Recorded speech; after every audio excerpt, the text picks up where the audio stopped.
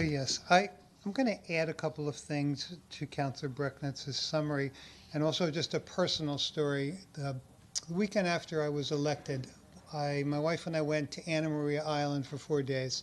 And we did it intentionally because because they have a trolley. And I knew that was going to be an issue. And I said, you know what, we need to get away. Let's go see how this trolley works on an island which is very similar in size and demographics to Marco Island. And we stayed at a beachfront resort. We parked our car, and we never used it again for 4 days. There was a trolley stop 3 blocks away. We didn't feel it was a hardship to walk 3 blocks. We went shopping on the trolley. We went out eating on the trolley. We went drinking on the trolley. And we went to the beach on the trolley. And along the way, I talked to the trolley drivers, and I said, what's your normal ridership? And he says, we get the gamut. We have locals who take it every day to go to work. When we were on the trolley, we saw people going to Publix shopping, picking up a bag of groceries, and then coming back with a bag of groceries. So we found the trolley that it was a very relaxing way to experience the island, and so I just wanted to share that. The other couple of things that I wanted to add, there's one group that we didn't mention that it's going to be an ever-increasing group, and that's the people who I think might use the trolley. And those are seasonal renters who can no longer get a residence beach pass.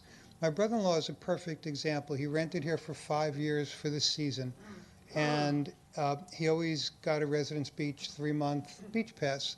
And one of the biggest reasons was it provided access for him to the beach without having to fight for a parking space. So he'd drive down the Residence Beach Park, go to the beach. And Residence Beach has gotten very crowded, and Mike has had to change the policy, and I have no problem with them changing the policy. But what it now does is it creates a void for several thousand people who now are trying to find parking at South Beach, find parking anywhere they can to get to the Mid-Island public access places. So I think the trolley, and I asked my brother-in-law, I said, if we had a trolley, would this solve your problem? He said, yeah. He said, we'd walk 2 blocks, carry our chairs, get on the trolley, and we go to South Beach. So I think it's something just to think about. I don't know how many of you are seasonal renters or have friends who are seasonal renters. A lot of these people are almost like our neighbors. They've been coming here for 10 years, 12 years, and it's just something to think about. And then in addition, I want to read this because I put a lot of thought in it. As a city councilor, I have to think ahead to build out. This city is projected to issue between 100 and 150 building permits a year.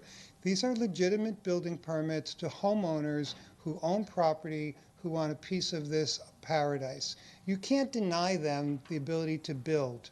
So we have 100 to 150 building permits a year, and the remaining lots, assuming they're all put up with sale, will be built out in 5 to 10 years.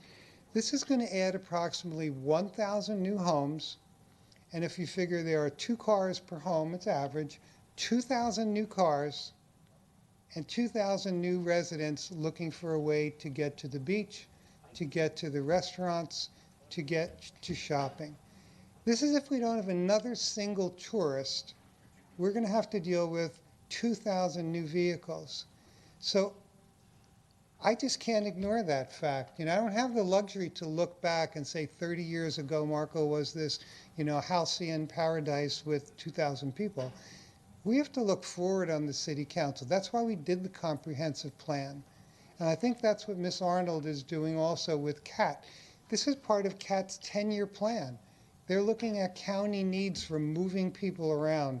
So I just want you all to think about that. And I'm going to listen with an open mind to your concerns, but I just hope that you will listen to an open mind to my concerns. Thank you for your time.